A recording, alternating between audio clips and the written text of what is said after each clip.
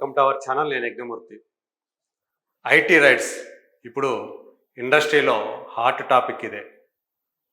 ఏకకాలంలో 2 బ్యానర్లకు సంబంధించినటువంటి కార్యాలయాల మీద, అలాగే ఆ నిర్మాతలు, వాళ్ళ బంధువులు, వాళ్ళ సిబ్బంది ఇళ్లలోనూ కార్యాలయాల్లోనూ 55 మంది ఐటీ అఫీషియల్స్ రైడ్స్ నిర్వహించడం అనేది ఇప్పుడు సర్వత్రా చర్చనీయాంశంగా మారింది. ఒకవైపు ఐటీ రైట్స్ జరుగుతూ ఉండగా, ఇంకోవైపు సోషల్ మీడియాలో ఫ్యాన్స్ వార్ జరుగుతూ ఉండటం చాలామంది దృష్టిని ఆకర్షించిందని చెప్పాలి. దిల్ రాజుకు సంబంధించినటువంటి కార్యాలయాలు అంటే శ్రీ వెంకటేశ్వర క్రియేషన్స్, ఆ బ్యానర్కి సంబంధించినటువంటి కార్యాలయాలతో పాటు పుష్ప 2 నిర్మాతలైనటువంటి మైత్రి మూవీ మేకర్స్ వాళ్ళ కార్యాలయాలు ఇళ్లలోనూ కూడా సోదాలు నిర్వహిస్తున్నారు ఐటీ అధికారులు. మనందరికీ తెలుసు, పుష్ప 2 సినిమా డిసెంబర్ 5న విడుదలై ఇండియాలోనే అత్యధిక కలెక్షన్లు సాధించినటువంటి సినిమాగా ఒక చరిత్ర సృష్టించిందని చెప్పేసి నిర్మాతలు గర్వంగా చెప్పుకుంటూ ఉండటం మనం చూస్తున్నాం. అందువల్ల వాళ్ళు ఐటీ దృష్టిని ఆకర్షించారు అని చెప్పేసి ఒక వార్త వస్తూ ఉంది. అలాగే ఇంకొక పక్క రీసెంట్గా సంక్రాంతి సీజన్లో 2 సినిమాల్ని రిలీజ్ చేసినటువంటి దిల్ రాజు బ్యానర్ శ్రీ వెంకటేశ్వర క్రియేషన్స్, ఒక సినిమా గేమ్ చేంజర్, ఇంకో సినిమా సంక్రాంతికి వస్తున్నాం.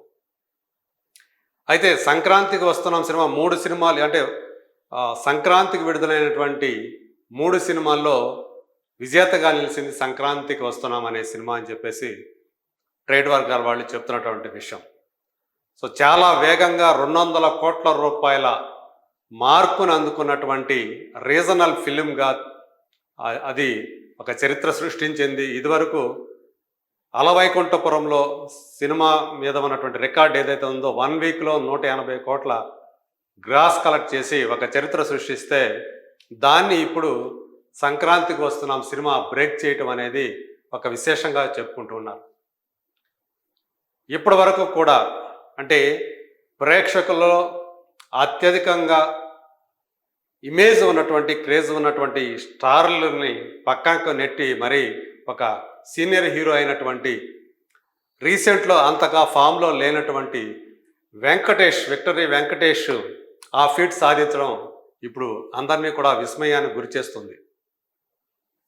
మరి ఆ సినిమా వల్లే దిల్ రాజు ఆ కార్యాలయాల్లో ఐటీ అధికారులు సోదాలు నిర్వహిస్తున్నారని మొదట అనుకున్నారు. కానీ అది కాదు, గేమ్ చేంజర్కి సంబంధించినటువంటి ఫైనాన్షియల్ మ్యాటర్స్ వల్ల ఆ సినిమా రిలీజ్ అయినటువంటి విధాలు చాలా స్మూత్గా, ఫైనాన్షియల్గా ఇబ్బందులు ఎదుర్కొన్నప్పటికీ కూడా చాలా స్మూత్గా రిలీజ్ అయిందనే విషయం తెలిసి ఐటీ రైడ్స్ జరుగుతున్నాయని చెప్పేసి ఒక వార్త బయటికి వస్తూ ఉంది. ఏదేమైనప్పటికీ కూడా ఇటు 2 సంస్థల్లోనూ కూడా ఐటీ సోదాలు జరుగుతూ ఉన్నాయి. అయితే మొదట దిల్ రాజుకు సంబంధించినటువంటి కార్యాలయాల్లో, అలాగే ఆయన సోదరుడైనటువంటి శిరీషు, అలాగే రాజు కుమార్తె హన్షితారెడ్డి వీళ్ళ ఇళ్లలో సోదాలు జరుగుతున్నాయని విషయం తెలిసినప్పుడు బయటకు రాగానే దీనిపైన అల్లు ఆర్మీ సోషల్ మీడియాలో అంటే అల్లు అర్జున్కి సంబంధించినటువంటి ఫ్యాన్స్ కొంతమంది దాని మీద ట్రోల్ చేయటం మొదలుపెట్టారు. గేమ్ చేంజర్కి సంబంధించినటువంటి ఫేక్ కలెక్షన్స్ వల్లే ఆ ఐటీ రైట్స్ జరుగుతున్నాయని చెప్పేసి అల్లు అర్జున్ ఫ్యాన్స్ కొంతమంది సోషల్ మీడియాలో ఆ కామెంట్లు చేయటం, అభిప్రాయాలు వ్యక్తం చేయటం, ఇవి వైరల్గా మారటం రామ్ చరణ్ ఫ్యాన్స్కి ఆగ్రహాన్ని తెప్పించాయంటున్నారు. అందుకని మైత్రి మేకర్స్ ఆ బ్యానర్ సంబంధించినటువంటి కార్యాలయాలు ఇళ్ల మీద జూబ్లీ హిల్స్, బంజారా హిల్స్లో ఉన్నటువంటి వాళ్ళ కార్యాలయం మీద దాడులు జరుగుతున్నాయనే విషయం బయటకు వచ్చినప్పుడు రామ్ చరణ్ ఫ్యాన్స్ వాళ్ళకి రివెంజ్ తీర్చుకునే అవకాశం వచ్చింది.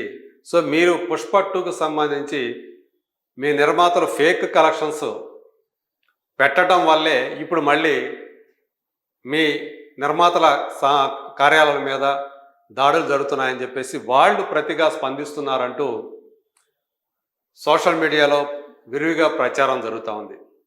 సో ఇలా ఐటీ రైట్స్ కూడా ఆ ఫ్యాన్స్ మధ్య ఆ వారిని సృష్టిస్తోందని చెప్పేసి ఇప్పుడు ఇండస్ట్రీ వర్గాల వాళ్ళు చెప్తూ ఉన్నారు. సో అంటే Ram Charan fans versus Allu Arjun fans, అలాగే Ram Charan fans versus junior NTR fans, ఇలాగా సోషల్ మీడియాలో ఒక వార్ జరుగుతూ ఉండటం అనేది ఒక అనారోగ్యకరమైనటువంటి వాతావరణాన్ని తెలియజేస్తుంది. ఇలాంటి వార్లు ఆపేయండి అని చెప్పేసి చాలామంది వాళ్ళకి చెప్పే ప్రయత్నం చేస్తున్నప్పటికీ కూడా వాళ్ళు ఎవరైతే ఈ నెగటివిటీని స్ప్రెడ్ చేయడానికి అలవాటు పడిన వాళ్ళు ఎవరైతే ఉన్నారో వాళ్ళందరూ ఏ సందర్భం వచ్చినప్పటికీ కూడా తమకి అనుకూలంగా మాట్లాడుతూ సో అవతలి హీరోని ఇబ్బంది పెట్టి వాళ్ళని డీగ్రేడ్ చేసే ప్రయత్నం చేస్తూ ఉండటం అనేది ఒక అలవాటు కింద మారినట్లు మనకు కనిపిస్తూ ఉంది. సో ఇప్పుడు ఆఖరికి